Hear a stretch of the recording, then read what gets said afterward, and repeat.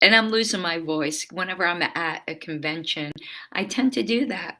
And I know you guys didn't really expect me to stream today, but I wanted to get some thoughts out, and I probably wouldn't remember this come Monday, and I just realized that I have a Colorado bylaws committee meeting on Monday, so I'm probably not going to be able to stream on Monday as well. We have a very long meeting. So I decided I would at least talk to you guys a little bit today. The New Hampshire convention was great. They have elected an all new leadership team that seems extremely competent. Um, Again, things went really smoothly. It's such a great bunch out in New Hampshire. And like I say, every time I come out here, I want to move here. But I say that not, I don't want to say tongue in cheek.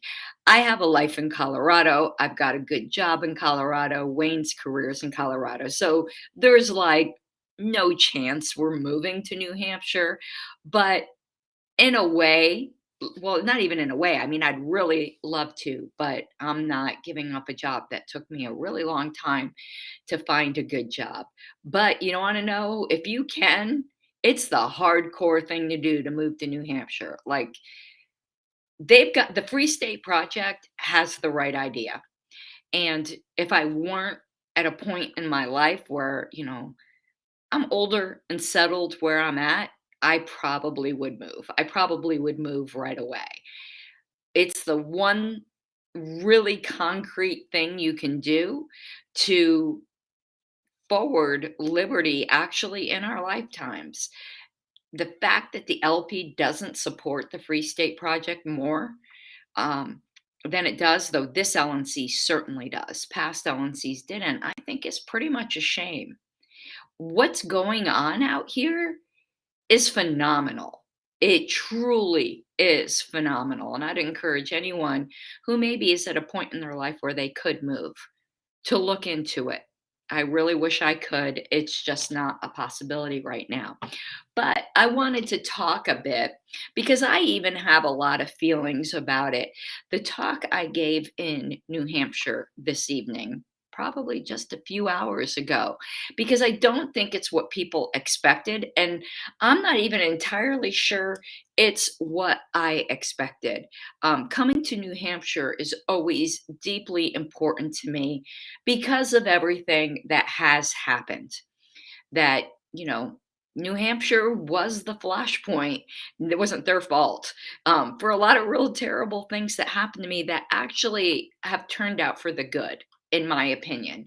It's made me a stronger person, and it's certainly not New Hampshire's fault what happened. They were victims of a corrupt LNC, and someone had to stand in the breach. So it's definitely not their fault.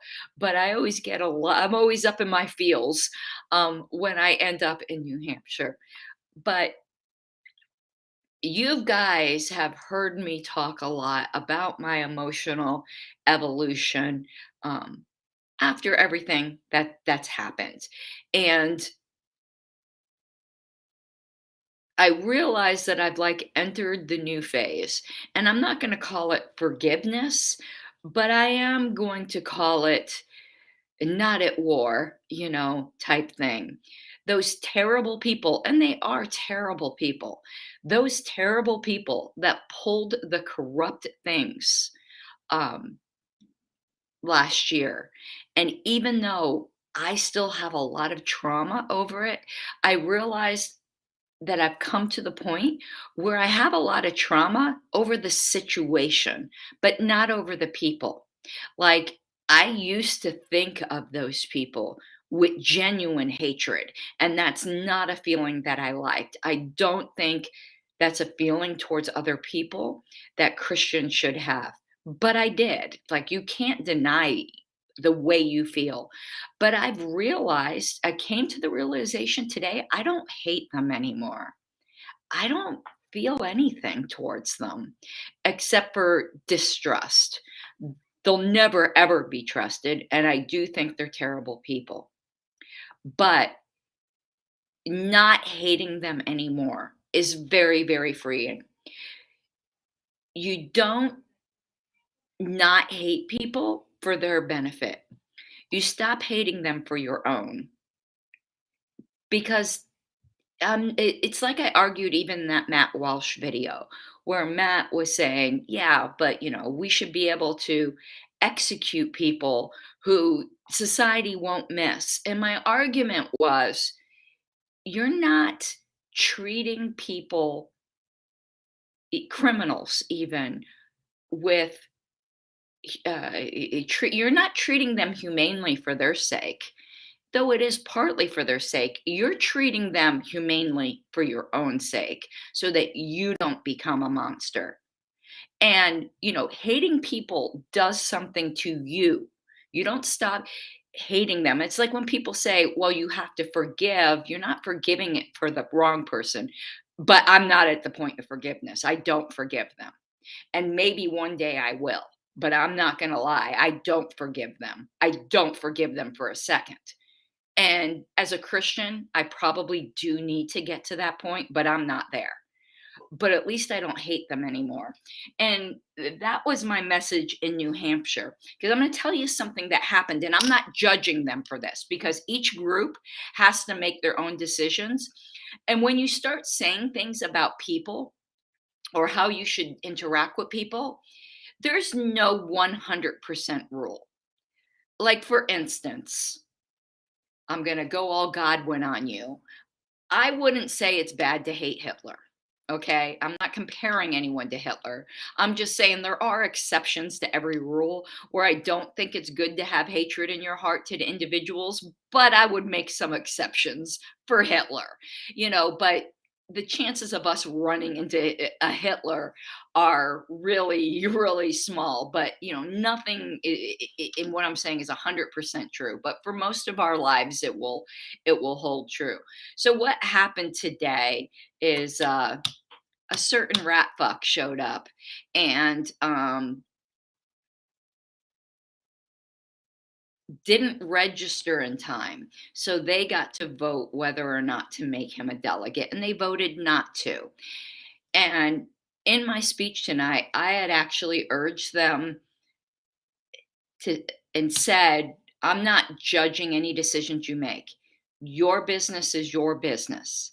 But just consider that showing graciousness even to people who don't deserve it or to people you think are bad people is good for you. You're not showing graciousness for their sake. You're showing graciousness for your own sake and for your own soul. And that perhaps that's something to consider in the future. And, and I also said the pragmatic reason. And I think the LNC learned this lesson with me the hard way. I don't know how many of them have actually done some real self reflection, but if they did some self reflection, I think they would have realized that while revenge against me might have been sweet in the moment, it wasn't worth it. It wasn't worth it. Where are they now? They're generally not by everybody, but despised by wide swaths of the party. Was it worth it? I don't think any of them would even think it was worth it. They had less than a year. They could have just ignored me for that year. They just could have just froze me out of decisions. But no, they indulged their darker nature and took revenge. And look what it did to them. It destroyed them. So you have to be careful when there are people in your life, even people you might think deserve it. Just step back and ask what it's going to cost you. Because something I've often said, I like to refer to this. I referred to this in my talk tonight. Whenever I give my talks, they're very heavy on my faith because my faith informs nearly everything I do.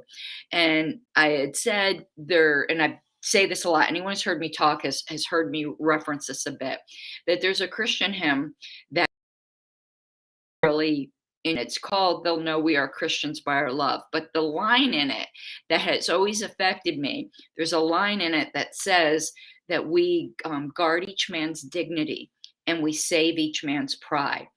When you publicly humiliate somebody, when you don't allow them to save face, you generally will create somebody that will lie in wait for you in the future.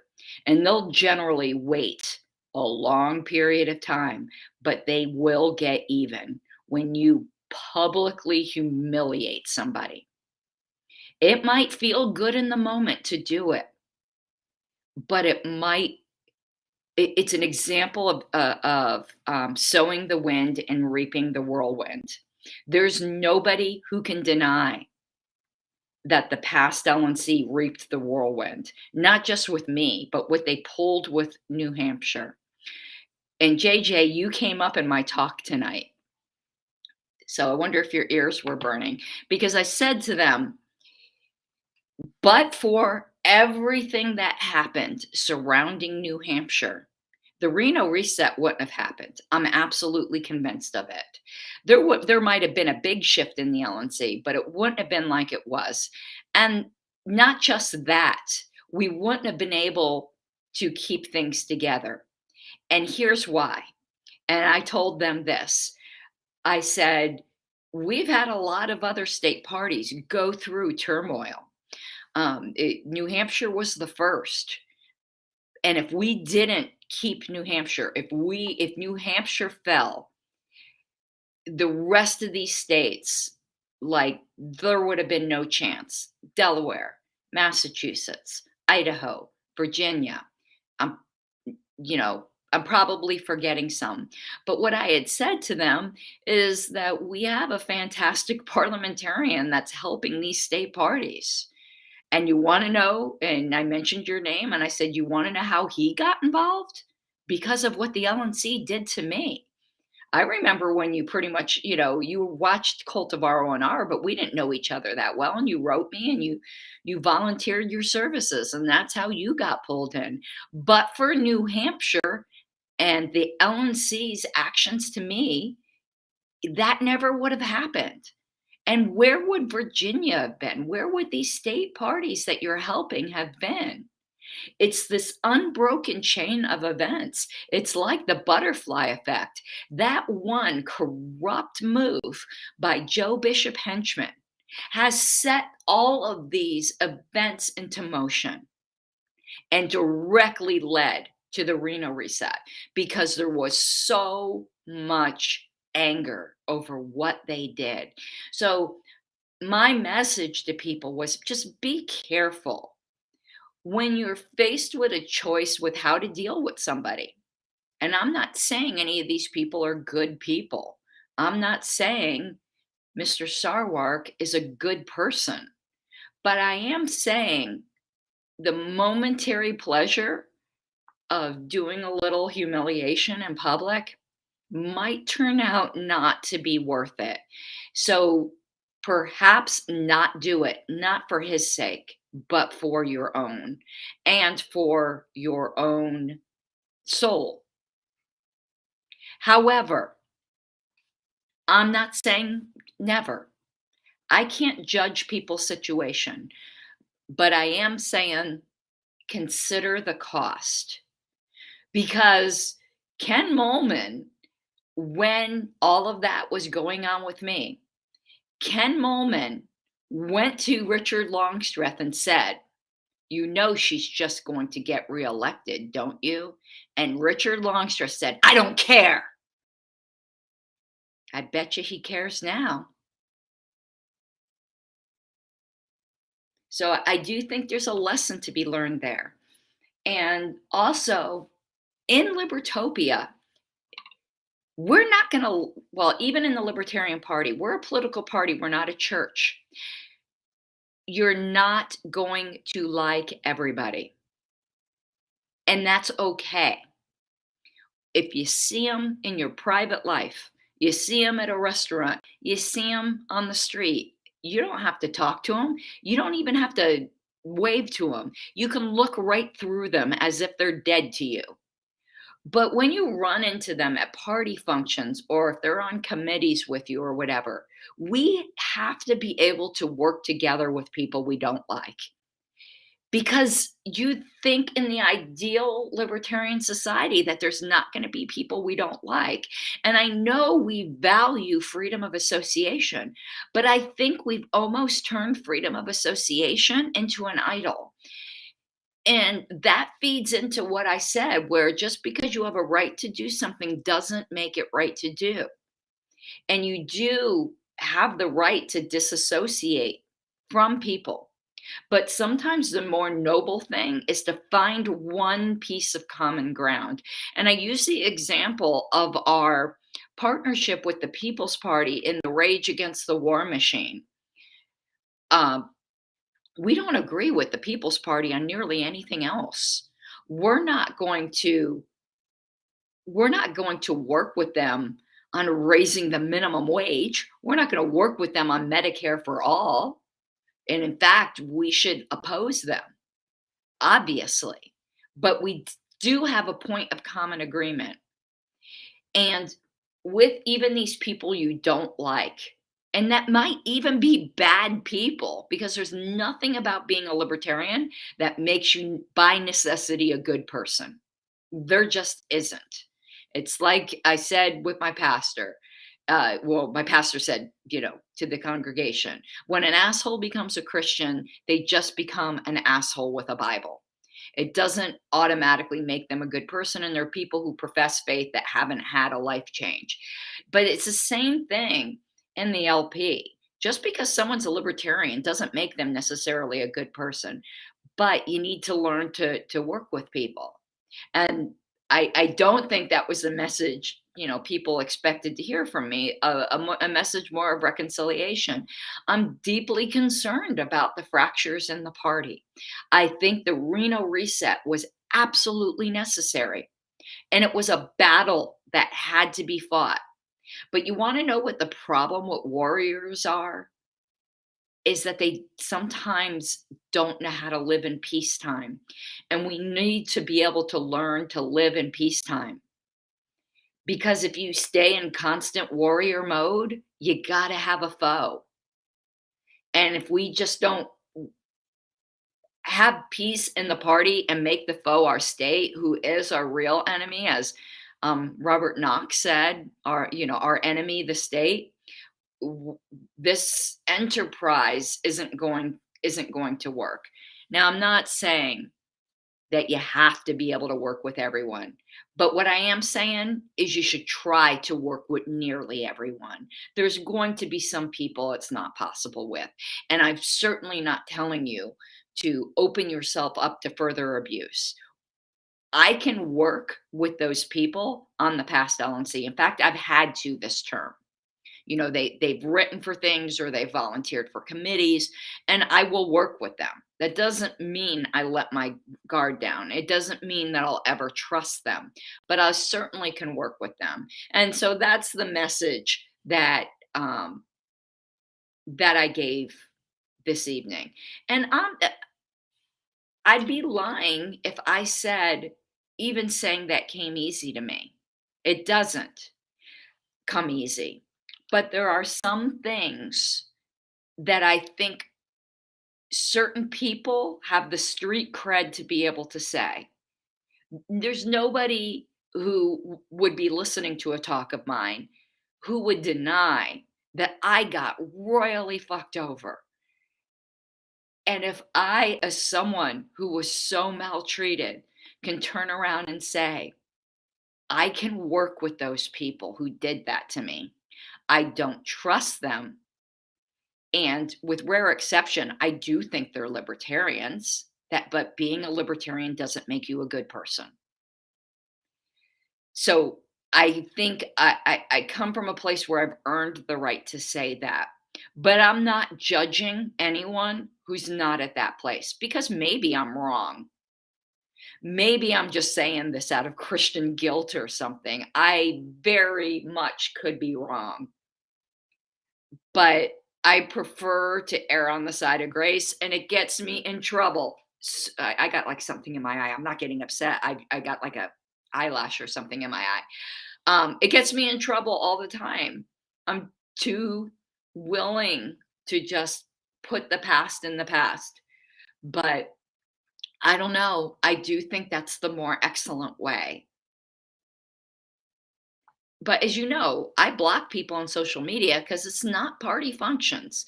I don't want anything to do with these people in my personal life. And I would never suggest anyone has to let these kinds of people in their personal life. But they're party members too, and you're going to have to work with them in the party. And if you don't, it's going to end up hurting you, not them. I guess is what I'm trying to say. So even if you do it just for selfish reasons, but some people had a lot of pushback to what I said, and I get it because New Hampshire's been abused. It can be a hard pill to swallow to say, you know, maybe let Nick sit as a delegate. I'm not saying one way or another because this isn't my state. I don't tell other people what to do. Um, Certainly not in another affiliate. Like, I don't know the culture here. This is your state party. I ain't judging anything you do. You've got to live with your decisions each day. But I can tell you in Colorado, there was and there still is a bit of a dispute over this as to whether or not we should add expulsion language in Colorado, and I am absolutely opposed to it. And I'm not opposed to it because everyone in Colorado is wonderful. We've got some terrible people in Colorado, but I don't want them expelled from the party because I know what that's like, and I'm not putting anyone through that. There's and if it ever became like absolutely necessary, like somebody murdered somebody or something was like super egregious, the convention can always do that. Giving that power to the board, you're giving a license to harm people.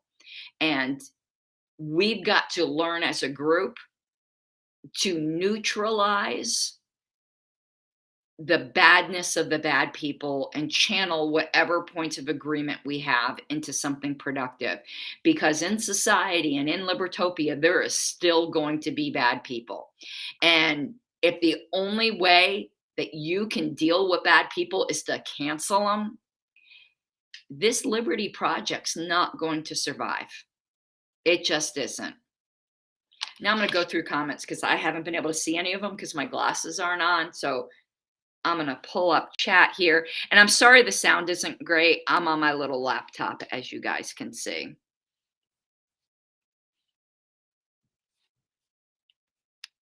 Okay.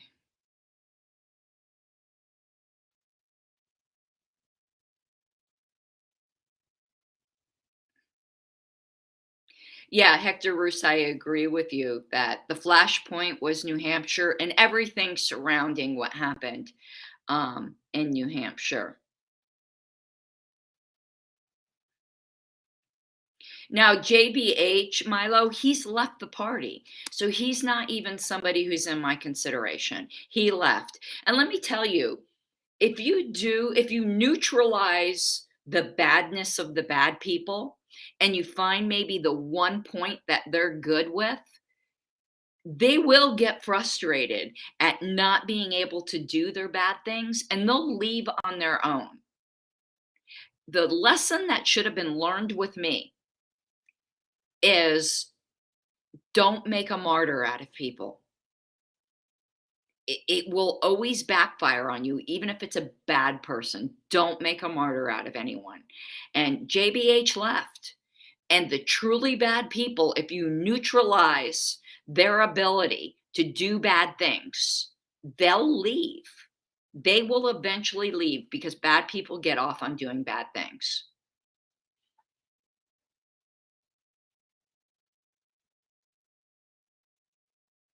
And thank you, Bill Cox, for the super chat. I didn't see it till now because I'm on my little laptop here. I truly, truly appreciate it. Tyler, the way New Hampshire works is you have to sign up 7 days ahead of time. And then you're an automatic delegate. So it's not tough to be a delegate in New Hampshire. You just got to sign up 7 days ahead of time. And from what I understand, he signed up a couple days ago. So the people who signed up a couple days ago have to, they're prospective delegates and they have to be voted in. And I see Death disagrees. And listen, I understand people can disagree in good faith.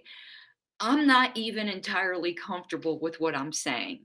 It's not easy, but I do think it's the better way. I know, at least for me, it's the better way. It might not be the best way for other people. No judgment here. I can just tell you what I'm aiming for. I can just tell you that dwelling on and hating other people wasn't good for me. And I don't think it's good for anybody. I think hatred is a poison that ends up not harming the target of your hatred. It ends up harming you.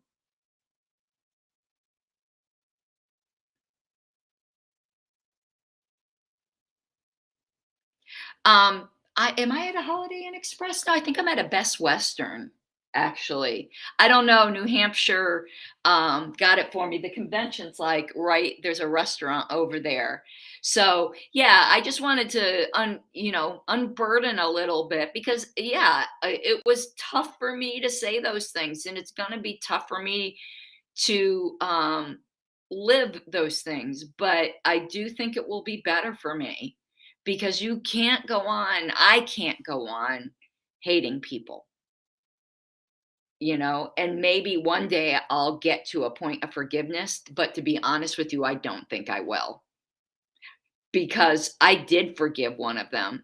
Those of you who witnessed that at convention, Richard Longstreth walked up to me. He didn't ask for forgiveness, but he asked for a fresh start, which is close enough.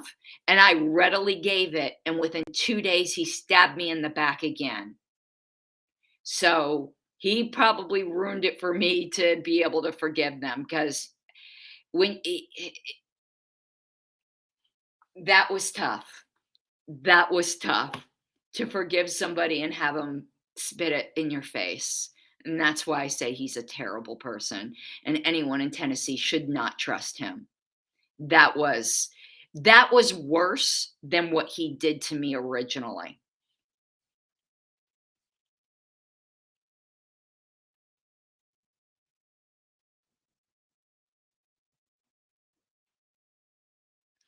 Tyler, I actually think he waited because he'd been sick. Um, and he might not have thought, at least that's my impression. He had no voice and he sounded like he got over some sickness. So it could have been that he was sick 7 days ago. And when you're not feeling well, if you're super sick, like you had the flu or something, you're not thinking about registering for a convention. He barely could talk. So that's my guess is that, and he's got small children. He might have had a house full of sick children. If I had to guess, that's probably why he waited to register. And I could tell you another reason why I think he waited to register is he misunderstood their bylaws. Um, he thought because he argued there was a point of order raised. Um, the credentialing committee moves, so there was like 14 people who didn't register in time. So the credentialing committee, with after they list the people who registered in time, they then say, we have 14 prospective delegates. I move to accept these prospective delegates as full delegates. And what Nick believed, I'm not guessing because he made this point of order, though technically he wasn't a delegate, but the chair allowed him to make a point of order.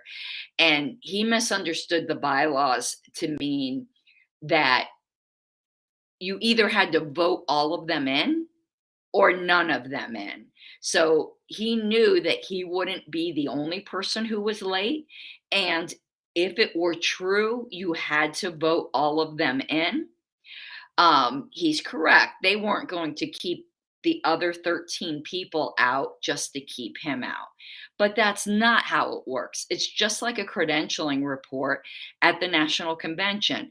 The Credentials Committee chair moves to accept the list of delegates, but as we saw last convention, someone could get up and challenge a single delegate or a group of delegates that they're challenging on the same grounds.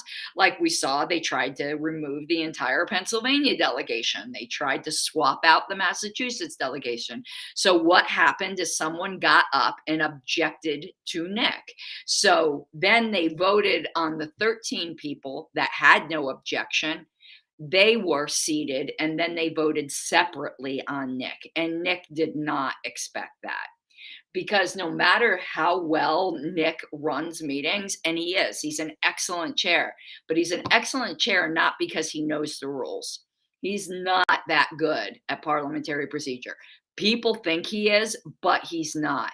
That whole time when that convention got prematurely adjourned, and we didn't deal with electing the Judicial Committee, because someone moved to adjourn and he disallowed any debate on it. And he goes, oh, and he's like, adjourned is a privileged motion. It's not a privileged motion when it will dissolve the assembly. But Nick doesn't know those like kinds of points. So he's wasn't a good chair because he understands the more complex things. So he didn't understand this, because maybe he would have registered in time. I don't know. But anyway, so that's what happened. But he stayed the whole time and he was perfectly civil. Like there was no, other than that credentialing vote, there was no drama or anything like that. This was a very good convention. Nolan, who did not rerun for chair, the new chair is Conrad. Robley Hall, who's the Region 2 representative, is vice chair. Like they got a good group in there. So yeah, that's pretty much all I have to say. I wanted to share that with you, particularly since I won't be home until like 11 o'clock tomorrow night. So I will not be streaming tomorrow night. And the Colorado Bylaws Committee goes from 7 to 10. I'm not going to be streaming at 10 o'clock. So you all knew that January up through February 18th was going to be tough for me. So I'm glad I got this stream in. I hope you guys have an awesome night, and I'll see you probably Tuesday. Bye bye. Love you.